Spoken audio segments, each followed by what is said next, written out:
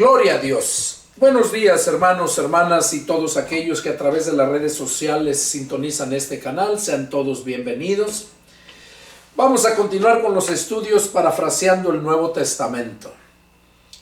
El último estudio lo tuvimos en la primera carta a los tesalonicenses y terminamos con el capítulo 3.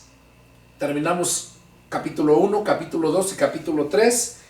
Eso abarcó el estudio número 1. Hoy vamos a continuar con el estudio número 2 y vamos a empezar en el capítulo 4. Y yo creo que vamos a terminar en el capítulo 2, vamos a terminar todo porque son solamente 2 capítulos. Dice así la palabra del Señor. Bueno, antes que nada, quiero felicitarlos por estar ahí presentes, atentos para escuchar esta palabra del Señor. Y felicitar a todos aquellos que se han suscrito. De verdad que me da gusto ver que haya personas que se interesen en la palabra de Dios, porque de verdad son muy pocas. Y se cumple la profecía, lo que Jesús preguntó, donde dijo el Señor que le preguntaron, ¿son muchos los que se salvan? Y el Señor Jesús les dijo, ancho y espacioso es el camino que conduce a la destrucción, y muchos son los que van por ese camino, y entran por esa puerta ancha. Pero estrecha es la puerta, dice, angosta la senda, angosta, que conduce a la vida eterna, y pocos los que lo encuentran. Y hay muchos que luego pues la encuentran, pero no quieren entrar, la ignoran. Y bueno, pues ya no es culpa del Señor, ¿verdad? Porque toda la humanidad, nacemos en pecado. El pecado ya lo traemos impregnado en la carne, herencia genética de Adán y de Eva. Pero como así como usted, como yo, como no tuvimos la culpa de que Adán y Eva desobedecieran, ¿por qué vamos a pagar nosotros por la desobediencia de ellos? Entonces Dios, previendo de eso, que el hombre podía justificarse por eso, ¿no? Porque ya trae el pecado impregnado en los genes. Entonces es por esa razón que vino Cristo. Es por esa razón que vino Cristo a salvar a todo aquello que ya estaba perdido. A eso vino.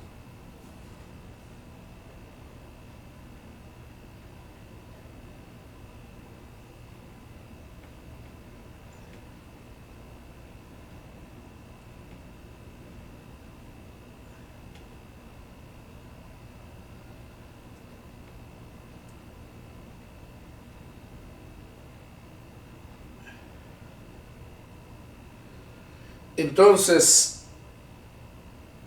dijo Jesús, si yo no hubiera venido y les hubiera hablado, no tendrían pecado. Dice, pero como he venido, mas ahora que he venido y les he hablado, no tienen excusa de sus pecados.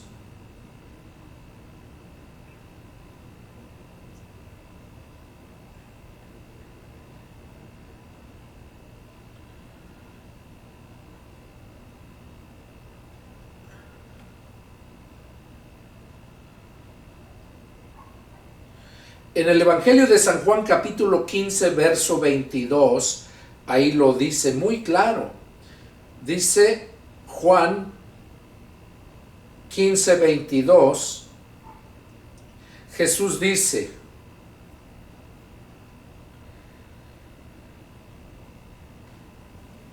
si yo no hubiera venido ni les hubiera hablado, no tendrían pecado, pero ahora no tienen excusa por su pecado. O sea, aquí Jesús está diciendo bien claro, ¿verdad? Que si Él no hubiera venido y nos hubiera hablado, no tendríamos pecado. Porque aunque tuviéramos pecado, seríamos justificados porque no fue voluntariamente.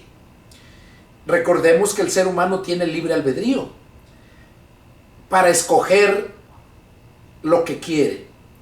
Entonces, nosotros ya seguimos el pecado porque el pecado ya está en nosotros, impregnado. Y es por esa la razón que Jesús vino, para quitar nuestros pecados. Y es por esa razón que dice ahí que si Él no hubiera venido y nos hubiera hablado, no tendríamos pecado. Porque Dios es un Dios justo. Y sería una injusticia de parte de Dios condenarnos a todos por pecadores cuando ya nacemos así. Entonces Dios no es injusto, Dios es justo. Y por esa razón vino su Hijo para limpiarnos de todo pecado, para darnos la oportunidad para heredar la vida eterna. Bueno, entonces es por esa razón que Dios pone en el corazón del hombre para que se exponga su palabra, para que el hombre la escuche. Y Dios pone en el corazón, pero tú decides si atiendes a la voz de tu corazón o no la atiendes.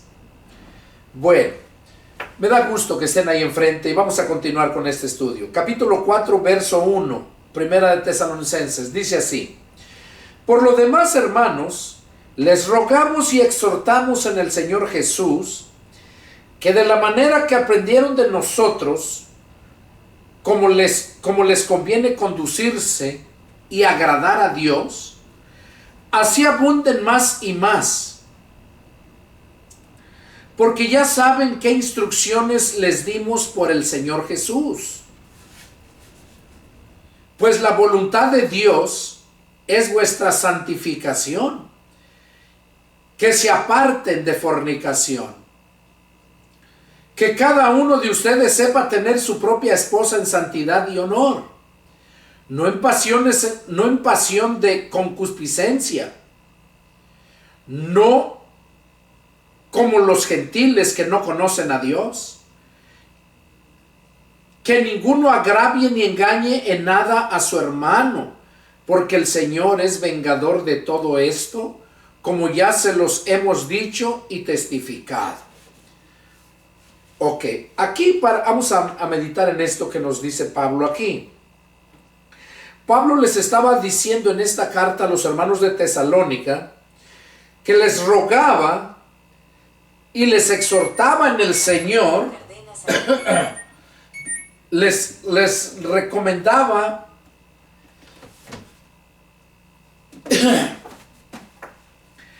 dice, les rogamos y les exhortamos en el Señor que de la manera que aprendieron de nosotros, como conviene conducirnos y agradar a Dios, así abunden más y más, porque ya saben qué instrucciones les dimos por el Señor Jesús. O sea, Pablo ya les estaba recordando lo que ya les habían dicho, que cómo deberían conducirse. Dice, de la manera que aprendieron de nosotros. Así, de la manera que aprendieron de nosotros, así deben conducirse y agradar a Dios. Así abunden más y más.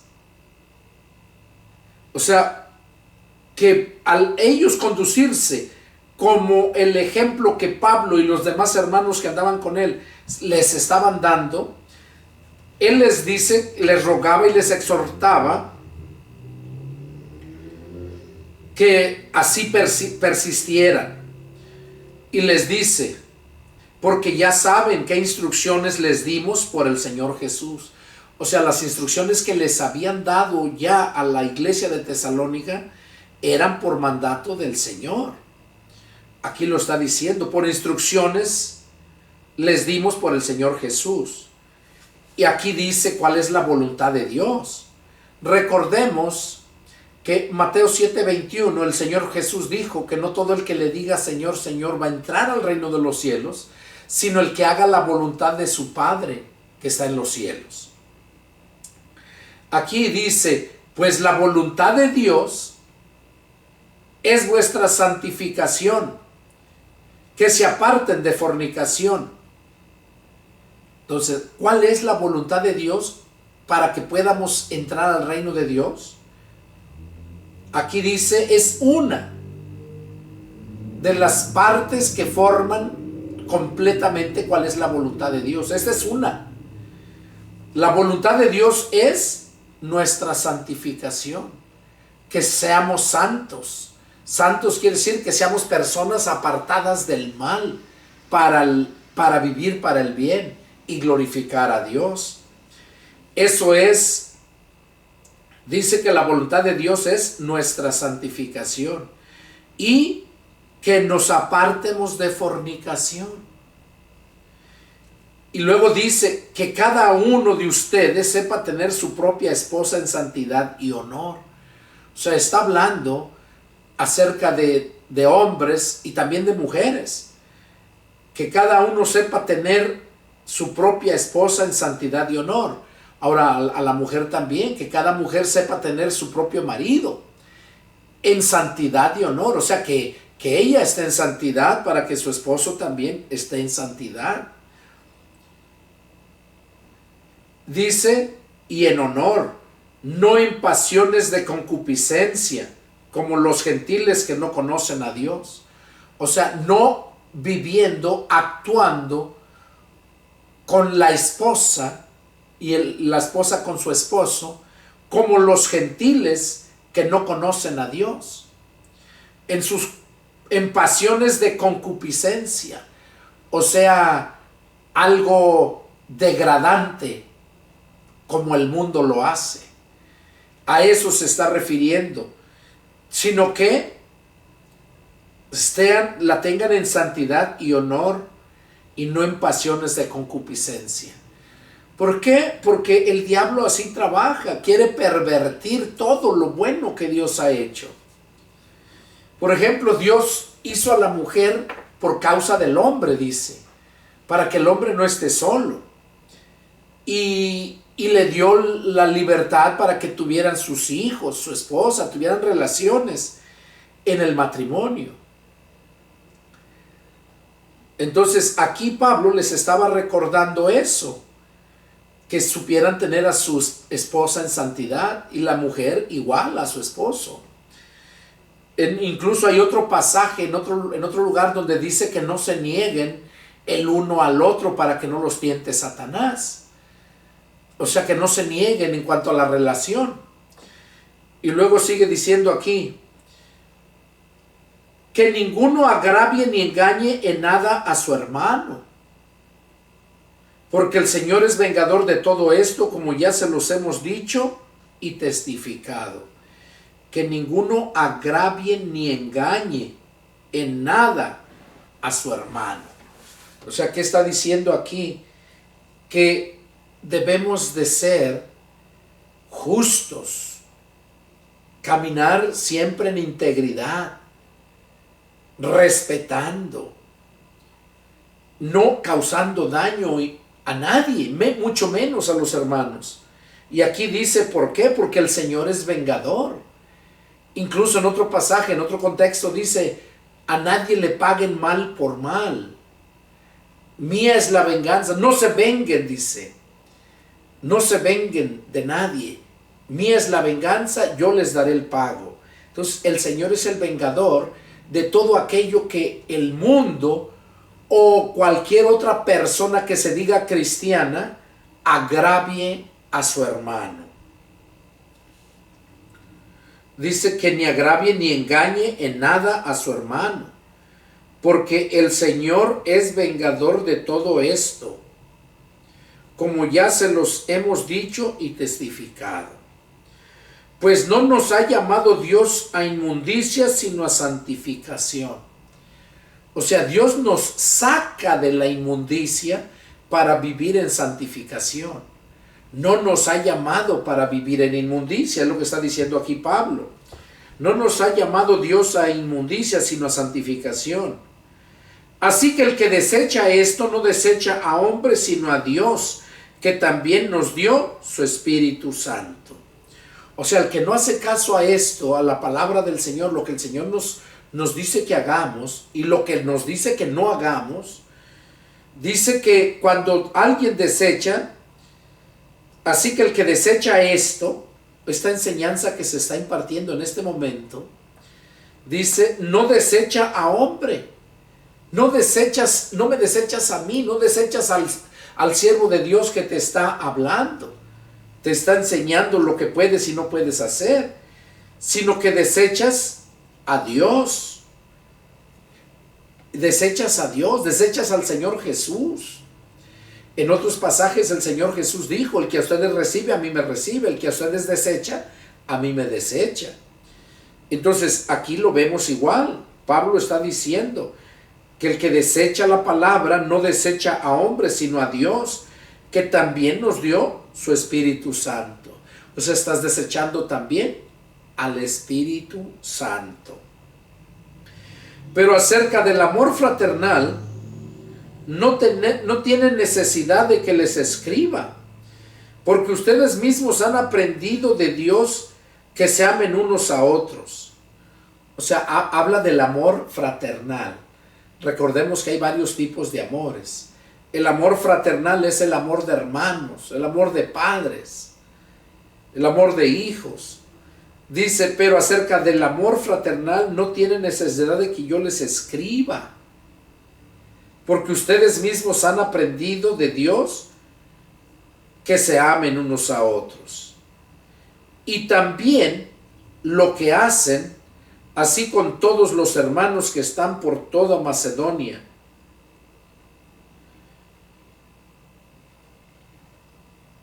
Dice que no nada más se amen ahí en los que se conocen, dice también, y dice también lo hacen así con todos los hermanos que están por toda Macedonia. O sea, los tesalonicenses tenían buen testimonio de que se amaban unos a otros y también amaban a todos los hermanos de la región de Macedonia. Y luego sigue diciendo, pero les rogamos, hermanos, que abunden en ello más y más. O sea, dice que no dejen de hacerlo, que sigan amando y aún más y más, expresando el amor de Dios que mora en nuestros corazones. Es lo que nos dice aquí el apóstol Pablo.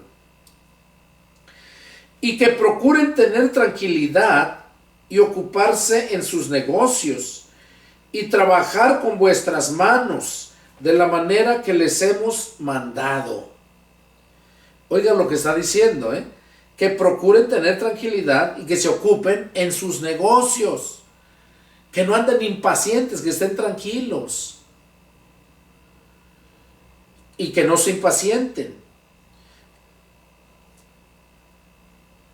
Dice que procuren tener tranquilidad y ocuparse en sus negocios y trabajar con vuestras manos de la manera que les hemos mandado. Trabajar con vuestras manos. Miren, por ejemplo, dicho sea de paso, las mujeres que se prostituyen, ¿cómo trabajan? No trabajan con sus manos, venden su cuerpo. Y eso es un pecado de condenación.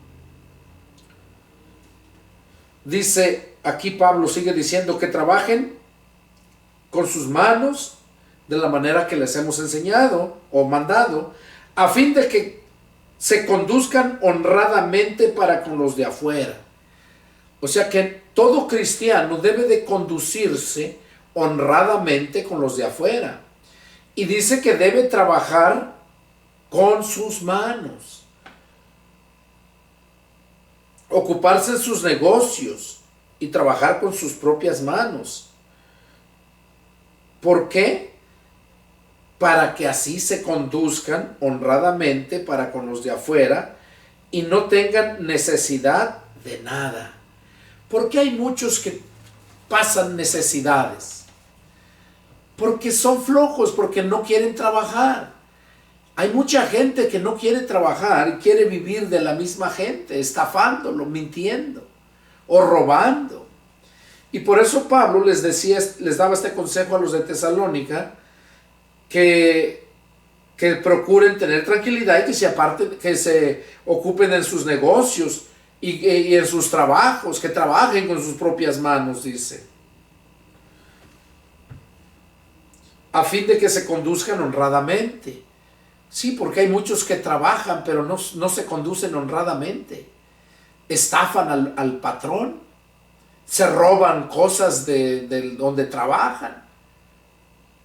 Y todas esas cosas las hace el mundo. Y por eso Pablo aquí le estaba dando este consejo a la iglesia de Tesalónica, cómo deberían conducirse. Y aunque no se los dijera Pablo a través de esta carta, déjenme decirles que mismo el Señor Jesús dijo en los evangelios.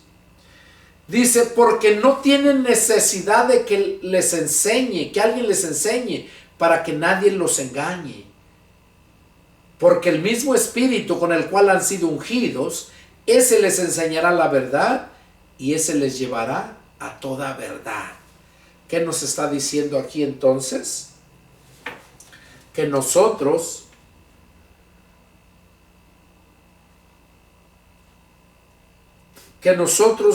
debemos siempre caminar como el Señor nos manda. Siempre haciendo el bien.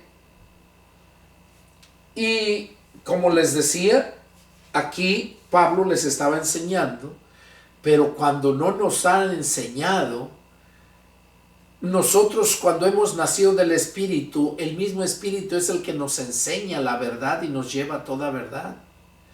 ¿Para qué? Para que nadie nos engañe. Eso es lo que dice la palabra. Hay siervos de Dios que Dios llamó, que están sobre su casa para dar el alimento a tiempo. Y ese alimento a tiempo es la palabra bien expresada, expuesta. Que no haya lugar a dudas. Y por eso siempre cuando yo termino mis videos, siempre les hago preguntas. Les digo que si tienen alguna duda, que me llamen. Doy mi número de teléfono y con gusto yo les explico lo que ustedes necesiten saber. Vamos a continuar con lo que sigue. Primera Tesalonicenses 4, versículo 13. Dice así: tampoco queremos, hermanos, que ignoren acerca de los que duermen, para que no se entristezcan como los otros que no tienen esperanza.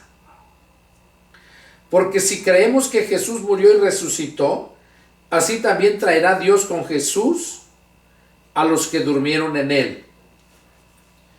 Oiga, aquí Pablo les estaba diciendo a los de Tesalónica que no quería Pablo que ellos ignoraran acerca de lo que pasaba con los cristianos que se mueren.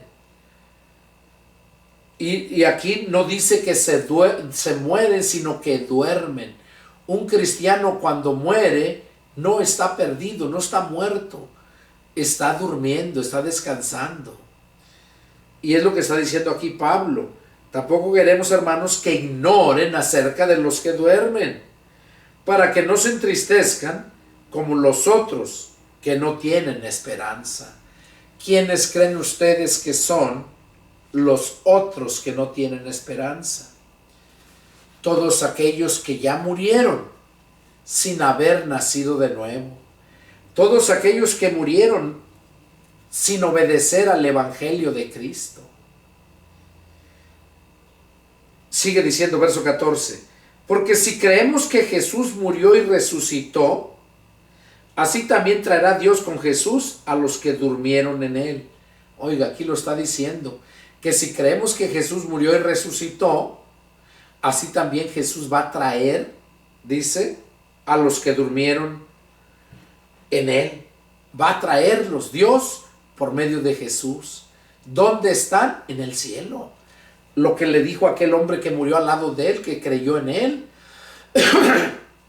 Cuando le dijo: Rabí, acuérdate de mí cuando vengas en tu reino. ¿Qué fue lo que ellos dijeron? Lo que le dijo el Señor: de cierto te digo que hoy estarás conmigo en el paraíso. Entonces, aquí vemos que Dios va a traer con Jesús a los que durmieron en él, o sea, a los que murieron creyendo en él. Dios los va a traer con Jesús, Por eso ahora que Jesús venga a levantar su iglesia, vienen todas esas almas para recuperar su cuerpo. Vamos a continuar, acá más adelante lo explica. Por lo cual les decimos esto en palabra del Señor, que nosotros que vivimos, que habremos quedado hasta la venida del Señor, no precederemos a los que durmieron. Pablo está diciendo aquí, dice, les decimos esto en palabra del Señor. O sea, no es porque Pablo nada más se lo imagina o él piensa que así es, no. Es palabra del Señor. El Señor se los mandó, se los reveló. Dice, por lo cual les decimos esto en palabra del Señor, que nosotros que vivimos, o sea, los que estemos vivos cuando Cristo venga, aquí dice, que habremos quedado hasta la venida del Señor. No precederemos a los que durmieron. O sea, no nos vamos a adelantar primero nosotros a los que ya murieron. Y aquí sigue diciendo, dice, porque el Señor mismo, con voz de mando, con voz de arcángel y con trompeta de Dios, descenderá del cielo, y los muertos en Cristo resucitarán primero. Aquí dice que el Señor mismo, con voz de mando, con voz de arcángel y trompeta de Dios, descenderá del cielo, y que los muertos en Cristo resucitarán primero. Sí, porque Él es el que los trae. Él trae todas esas almas para que recobren su cuerpo. Pero Jesús se queda en la nube y todas las almas bajan a tomar cuerpo. Aquí más adelante lo dice. Dice, porque el Señor mismo con voz de mando, con voz de arcángel y trompeta de Dios descenderá del cielo, y los muertos en Cristo resucitarán primero. Porque va a haber dos resurrecciones. La primera es de los cristianos. La segunda es de todo el mundo. La de los cristianos es para tener el cuerpo para vivir la vida eterna. Y los del mundo van a resucitar en cuerpo después de que terminen los 1000 años. Porque viene otra dispensación que se nombra la dispensación del milenio. Y es ahí cuando termina el milenio, es cuando entonces todos van a ser juzgados, van a comparecer ante el gran trono blanco. Y es ahí donde van a ser juzgados. Y cuando sean juzgados, de ahí son condenados y lanzados al lago de fuego. Porque ahí no es para salvación. El juicio final es para condenación. Muy pocos se alcanzarán a salvar. Aquellos de la era del milenio. Porque ahí ya no va a haber mandatos, ya no va a haber religión, ya no va a haber diablo, no va a haber corruptos gobiernos, porque va a estar gobernando Cristo con su iglesia. Dice que a nosotros nos ha hecho reyes y sacerdotes y reinaremos con Él 1000 años. Ahí en Apocalipsis 20, del 4 en adelante, ahí lo dice. Y aquí Pablo está diciendo que los muertos en Cristo resucitarán primero. Luego nosotros, dice Pablo se contaba que iba a estar vivo cuando el Señor viniera. Pues luego nosotros, los que vivimos, los que hayamos quedado, seremos arrebatados juntamente con ellos en las nubes para recibir al Señor en el aire, y así estaremos siempre con el Señor. Por tanto, aliéntense los unos a los otros con estas palabras. Pablo estaba explicándoles a los de la ciudad, a los de la iglesia de Tesalónica, cómo iba a ser la venida de Cristo. Dice que Jesús viene y que va a descender del cielo y que todos los muertos en Cristo van a resucitar primero. Y que los que estemos vivos, dice, los que hayamos quedado, seremos arrebatados juntamente con ellos. Seremos arrebatados, o sea, resucitan primero los que ya murieron, las almas que trae, resucitan, pero dice, y los que estemos vivos seremos arrebatados juntamente con ellos en las nubes. Ahora, déjenme explicarle en el contexto cómo es que se va a llevar a cabo esto. Primera de Corintios 15:50, ahí lo habla. Dice: pero esto digo, hermanos, que la carne y la sangre no pueden heredar el reino de Dios. O sea que cuando Cristo venga, van a resucitar los muertos en Cristo. Pero los que estemos vivos, Pablo decía ante Tesalonicenses que seremos arrebatados juntamente con ellos. Pero aquí en Corintios les explica que antes de que sean arrebatados tienen que ser transformados de cuerpo carnal corruptible a cuerpo carnal incorruptible. Y aquí lo dice, miren: pero esto digo, hermanos, que la carne y la sangre no pueden heredar el reino de Dios. Ahí lo dice. No podemos ser arrebatados. Si viene Cristo hoy, no podemos ser arrebatados así como estamos, sino vamos a tener que ser transformados en un momento, en un abrir y cerrar de ojos. Por eso dice aquí: pero esto digo, hermanos, que la carne y sangre no pueden heredar el reino de Dios, ni la corrupción hereda la incorrupción. He aquí les digo un misterio. Oiga, es un misterio. No todos dormiremos, pero todos seremos transformados. Es necesario que seamos transformados de este cuerpo carnal corruptible a un cuerpo incorruptible. Y aquí lo dice Pablo cómo es que va a ser. Les digo un misterio, no todos dormiremos, pero todos seremos transformados. Verso 52. En un momento, en un abrir y cerrar de ojos, a la final trompeta, porque se tocará la trompeta y los muertos serán resucitados. Oiga, los primeros, los que murieron, van a ser resucitados incorruptibles, o sea, van a resucitar con un cuerpo incorruptible, como el que tuvo Cristo cuando resucitó, o como el que tuvo Adán antes de que pecara. Eran cuerpos incorruptibles. Dice: y los muertos serán resucitados incorruptibles, y nosotros seremos transformados. Ahí lo está hablando ya Pablo bien claro, que nosotros seremos transformados. Y luego lo explica el por qué en el verso 53. Porque es necesario que esto corruptible se vista de incorrupción y esto mortal se vista de inmortalidad. Y cuando esto corruptible se haya vestido de incorrupción y esto mortal se haya vestido de inmortalidad, entonces se cumplirá la palabra que está escrita: sorbida es la muerte en victoria. ¿Dónde está, oh muerte, tu aguijón? ¿Dónde, oh sepulcro, tu victoria? Ya que el aguijón de la muerte es el pecado, y el poder del pecado, la ley. Aquí Pablo está mencionando cómo va a ser nuestra transformación. Dice en el verso 51, no todos dormiremos, pero todos seremos transformados. O sea, no todos vamos a morir, a eso se refiere. No todos dormiremos. Cuando Cristo venga, va a traer a los que durmieron allá, y los que estemos vivos, dice, todos, pero todos seremos transformados. Los muertos con un cuerpo incorruptible van a resucitar, y los vivos con un cuerpo incorruptible vamos a ser transformados, si es que estamos con vida cuando Cristo venga. Y aquí en el verso 53 dice: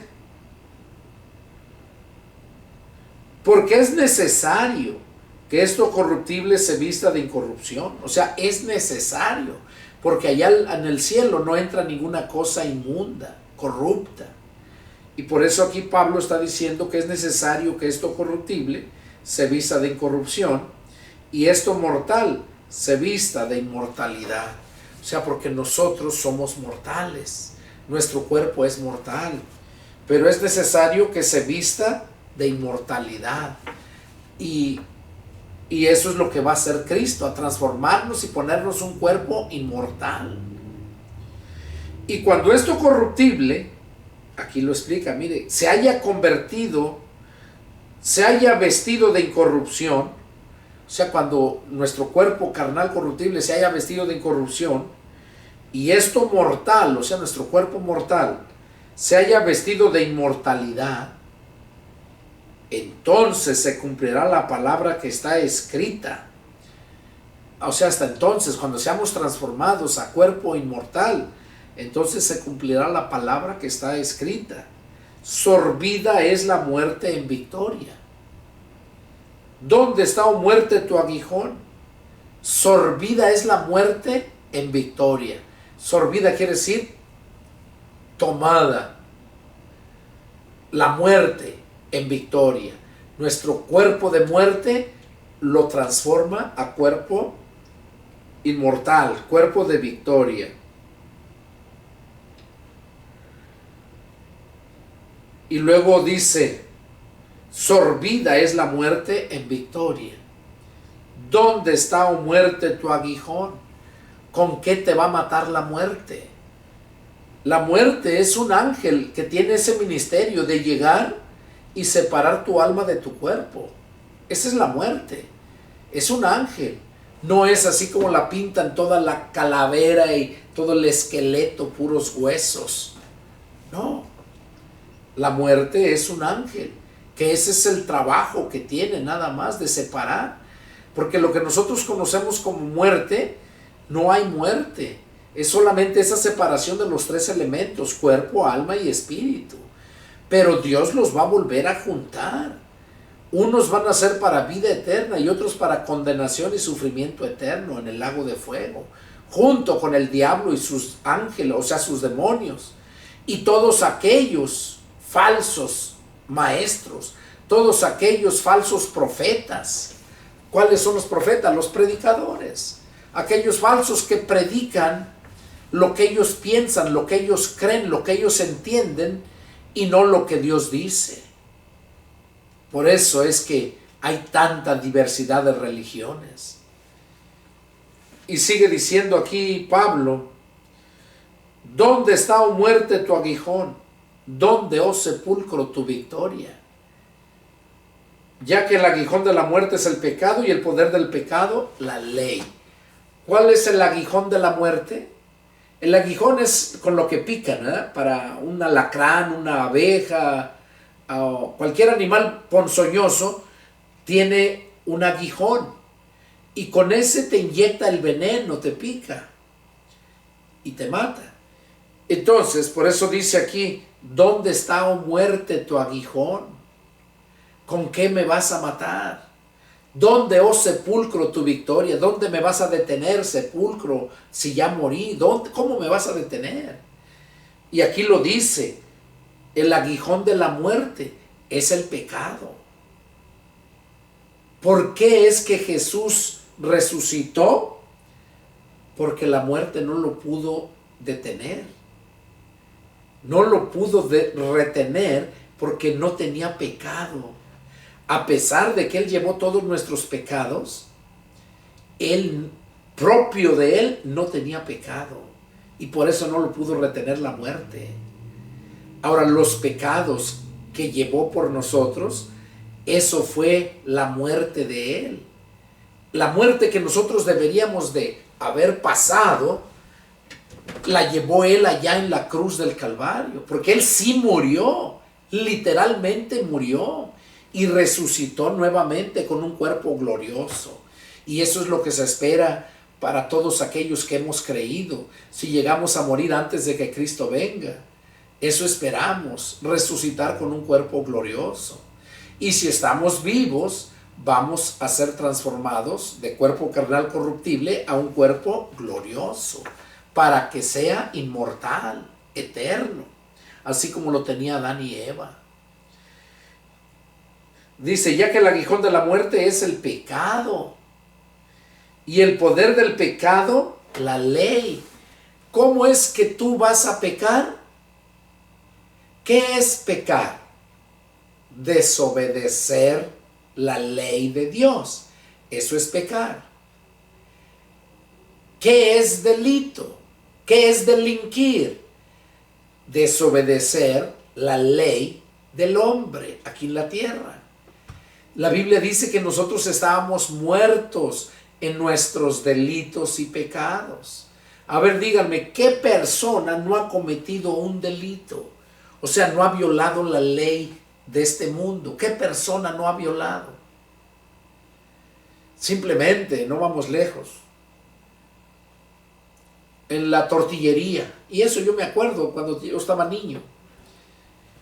En la tortillería vas y está la báscula. La báscula está regularizada por el gobierno. Están selladas de que fueron caladas y que están bien. Ahora, ¿qué hacían? En aquel tiempo, lo digo porque yo lo viví. Me mandaban a traer las tortillas y estaba el mostrador grande. Yo estaba chamaco de 7 añitos y apenas le llegaba al mostrador, lo alto. Y ahí estaba la báscula y yo podía ver, la báscula era de esas que le corres con la mano, los kilos y los gramos, y en medio está uno que le nombran la tara, o sea, para destarar lo que quieras y que no cuente en la cantidad que vas a pesar, para que en el contenedor, lo que sea, lleves exactamente 1 kilo, pues va a ser 1 kilo, el peso más el peso del mueble, pero ese no te lo incluyen, sino es la tara. Entonces como era tortillería, pues las tortillas están redondas, entonces la báscula estaba así redonda, con un disco, y ahí echaban las tortillas. Y ese disco tenía abajo como una estrella, como 3 puntas, donde estaba sentado el disco, soldado. Y lo grueso de la barra esa, donde lo soldaban el disco, no era todo completo, sino eran nomás las puntas, una para allá, otra para acá y otra para allá, y las 3 se soldaba. Entonces, en esas mismas no quedaba bien soldado arriba, había espacio y ahí le metían monedas de a peso, yo me acuerdo, o de 50 centavos de cobre, eran monedas grandotas de cobre, con la imagen de Cuauhtémoc. No Cuauhtémoc Blanco, el jorobado ese ratero, ¿verdad?, que tuvo de presidente en Cuernavaca, gobernador de Morelos, y ahorita ya es diputado, el hijo del diablo, rata inmunda. No es ese Cuauhtémoc, era Cuauhtémoc, el de la historia, ¿verdad? Y dice, entonces les digo, ahí tenía esas monedas, las monedas de a peso, de esas grandotas con la insignia de Morelos. Y ahí tenía varias monedas, varias que le tenían en las cestas. Y pues ya yo las miraba bien. ¿Cuánto le estaban robando allá? De perdida, en todas las monedas que ponían ahí, de menos se estaban llevando 100 gramos, o cuando no más. No te estaban dando el kilo. ¿Qué hacía yo? Agarraba, y en cuanto la mujer se descuidaba, que volteaba allá para agarrar las tortillas, yo le picaba y caía la moneda y la agarraba y me la embolsaba. Desde chiquillo, es porque el pecado ya está. Ahora el Señor ya me perdonó por eso, ¿no? Pero yo creo que yo no fui el único que haya hecho eso. Yo creo que hay más que lo hayan hecho. Coméntenme en este video a ver si alguien lo hizo también al igual que yo. Porque, y eso es hablando por esto, ¿no? Porque el mundo es injusto. El mundo es injusto, ya tiene, aparte de que ya tiene el pecado impregnado en la carne, lo ejecuta, lo practica el pecado, ya estando, ya cuando tiene uso de conocimiento, empieza a pecar más.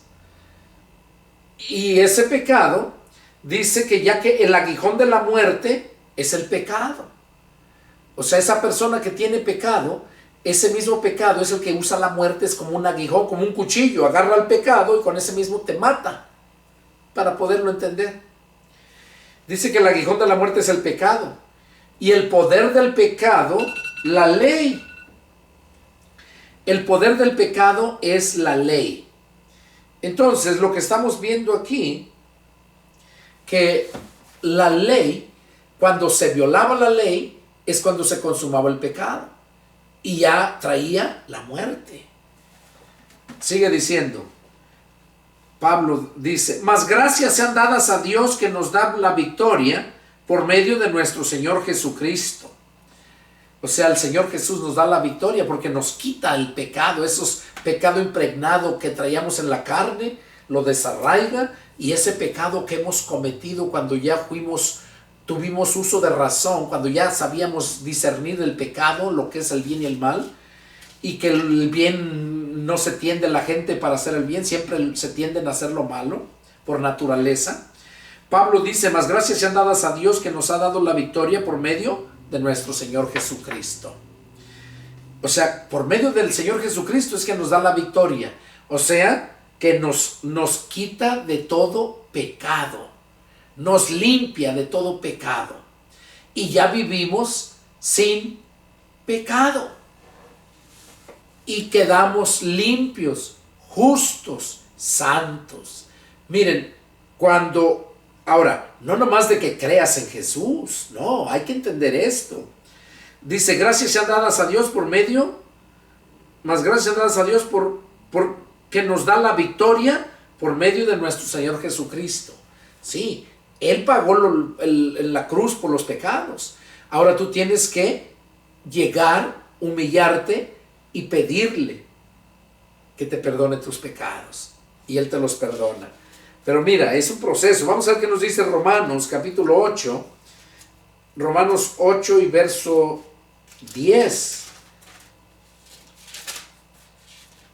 Miren lo que dice Romanos 8 y verso 10. Dice,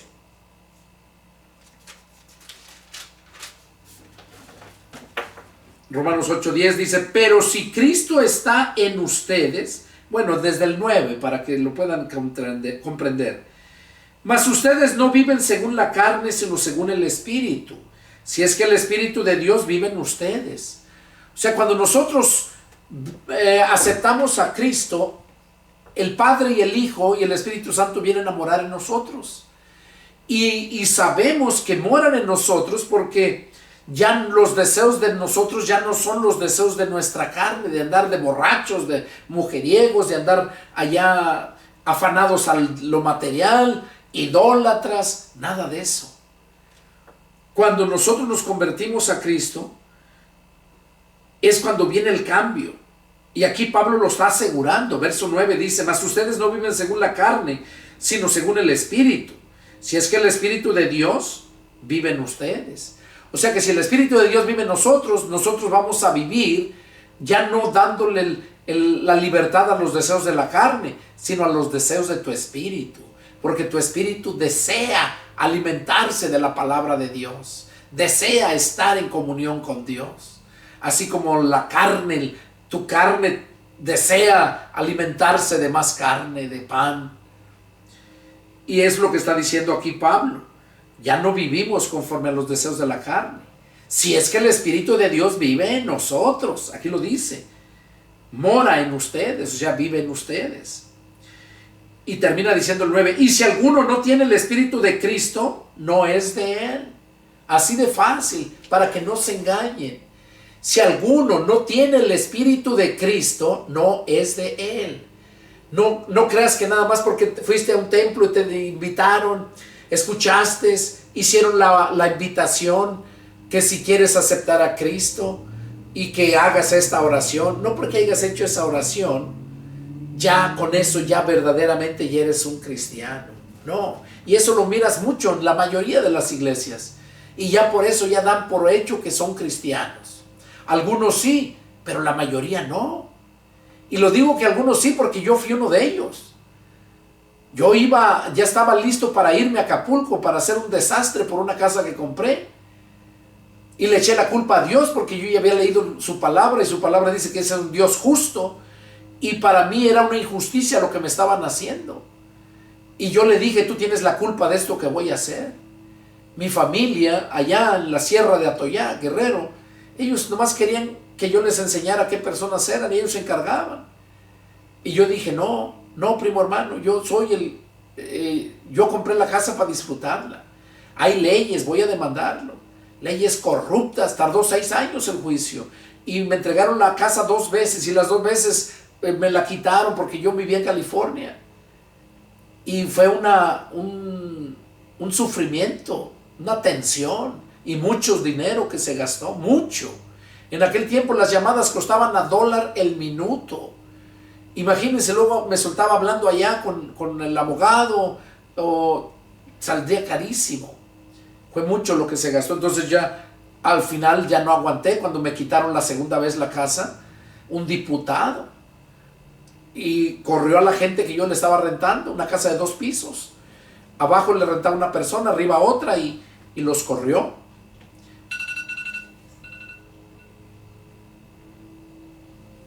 Y los corrió este diputado, y le quitó la casa. Entonces yo iba a ir, les hablé a mis primos, ahora sí vamos a hacer fiesta con esa gente.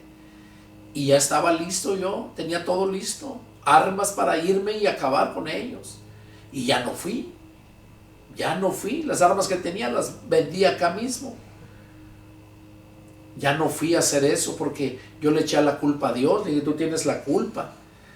Tú dices que eres un Dios justo, tu palabra, porque yo ya había leído la palabra 3 veces, la Biblia de los testigos de Jehová, y la tengo. Y Dios ese día puso en mi corazón, yo salía en la noche. Fue un 16 de septiembre del 92, un miércoles. Yo salía en la noche. Y a las 6 de la tarde fue que sonó el teléfono invitando a una señora que vivía con nosotros a la iglesia. Y ahí fue donde nació en mi corazón el deseo de ir yo a ese lugar. Y allá fue donde llegué a aquel lugar. Allá me convertí a Cristo. Allá el Señor me mostró, me quebrantó.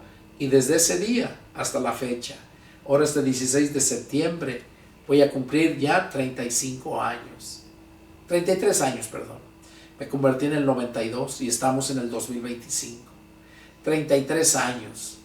Y en esos 33 años he aprendido muchísimo. Al año de que me convertí, al año 10 días fue cuando Dios me llamó al ministerio para ser un predicador, un pastor. No soy porque yo quise o porque la religión me puso, no. Fue un llamado de Dios. Que por cierto, yo no quería. Yo le dije que no, que era algo muy grande, sagrado para mí, que yo solamente sabía hacer lo malo. Y Dios, en el libro de Hechos, me dice, Pedro, lo que Dios ha limpiado, no lo llames tú inmundo. Eso se le dijo al apóstol Pedro, que estaba arriba de la azotea, allá en el libro de los Hechos, ¿no? Lo habla. Cuando Cornelio había enviado a los hombres para que hiciera llevar a Pedro a predicarle a él.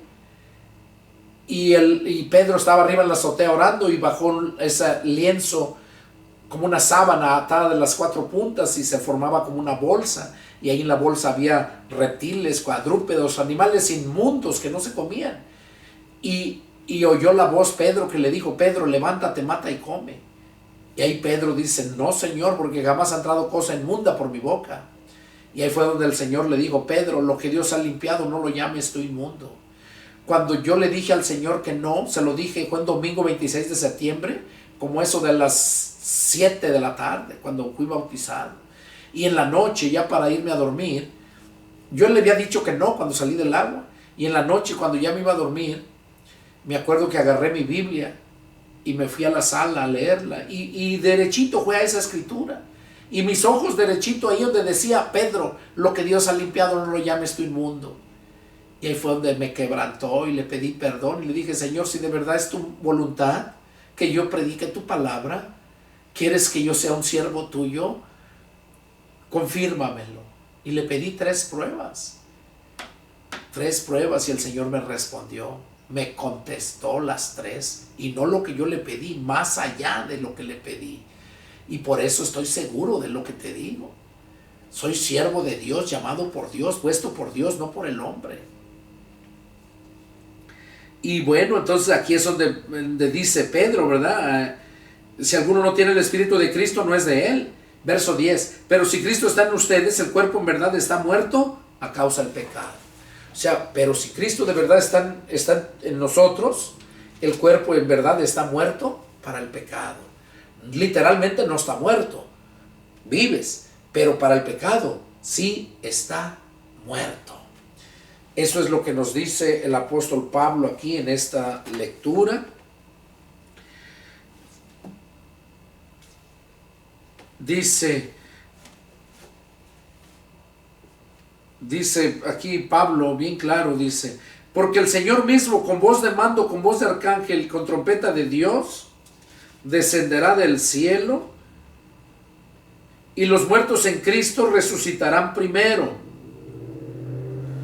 Y nosotros los que vivemos, los que hayamos quedado, seremos arrebatados juntamente con ellos en las nubes para recibir al Señor en el aire, y así estaremos siempre con el Señor.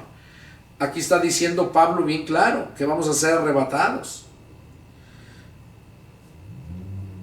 Por lo tanto, aliéntense los unos a los otros con estas palabras, o sea, que nos sirvan de aliento. Capítulo 5, verso 1. Pero acerca de los tiempos y de las ocasiones no tienen necesidad, hermanos, de que yo les escriba, porque ustedes saben perfectamente que el día del Señor vendrá así, como ladrón en la noche. Que cuando digan paz y seguridad, entonces vendrá sobre ellos destrucción repentina y no escaparán. Oiga lo que está diciendo aquí Pablo.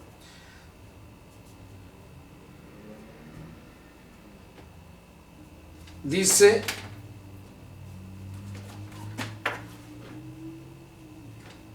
que cuando digan paz y seguridad, dice, entonces vendrá sobre ellos la destrucción repentina como los dolores a la mujer encinta y no escaparán. Eso es lo que estamos esperando ya pronto, la venida del Señor. Y así va a ser. Va a ser como ladrón en la noche. Mas ustedes, hermanos, no están en tinieblas para que aquel día los sorprenda como ladrón, porque todos ustedes son hijos de luz e hijos del día.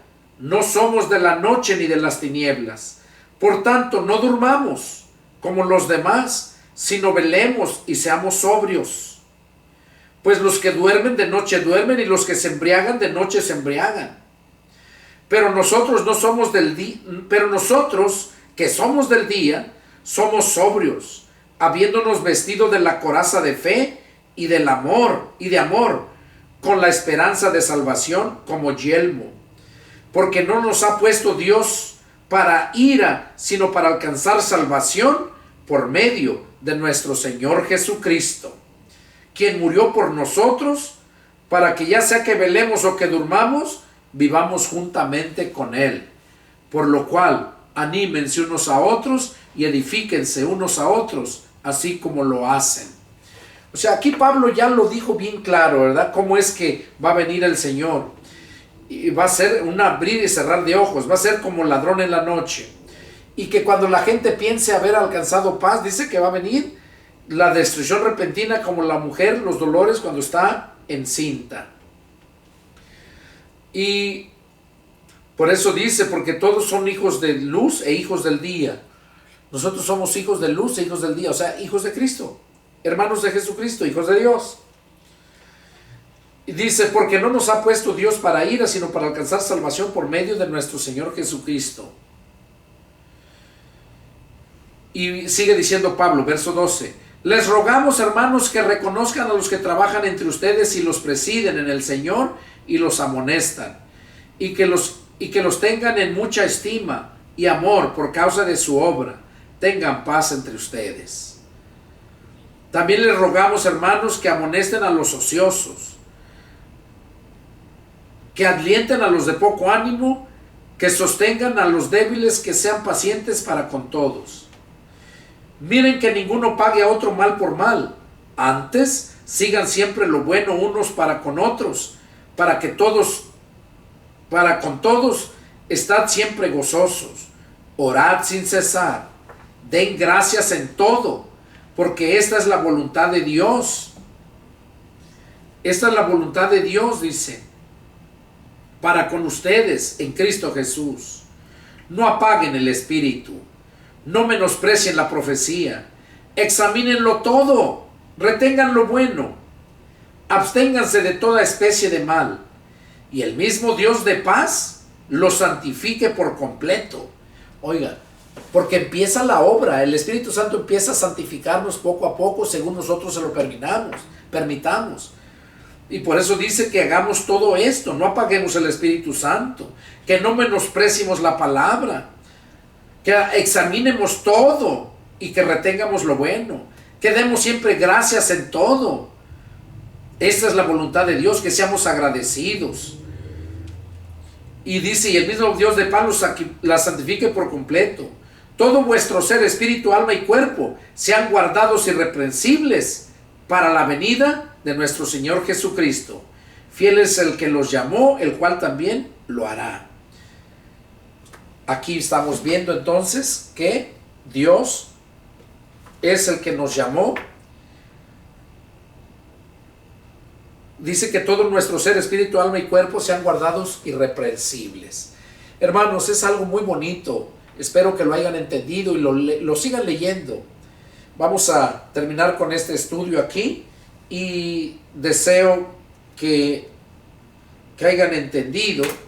Y hermanos, si tienen dudas, cualquier cosa, llámenme. Que el Señor me los bendiga y nos vemos la próxima. Adiós.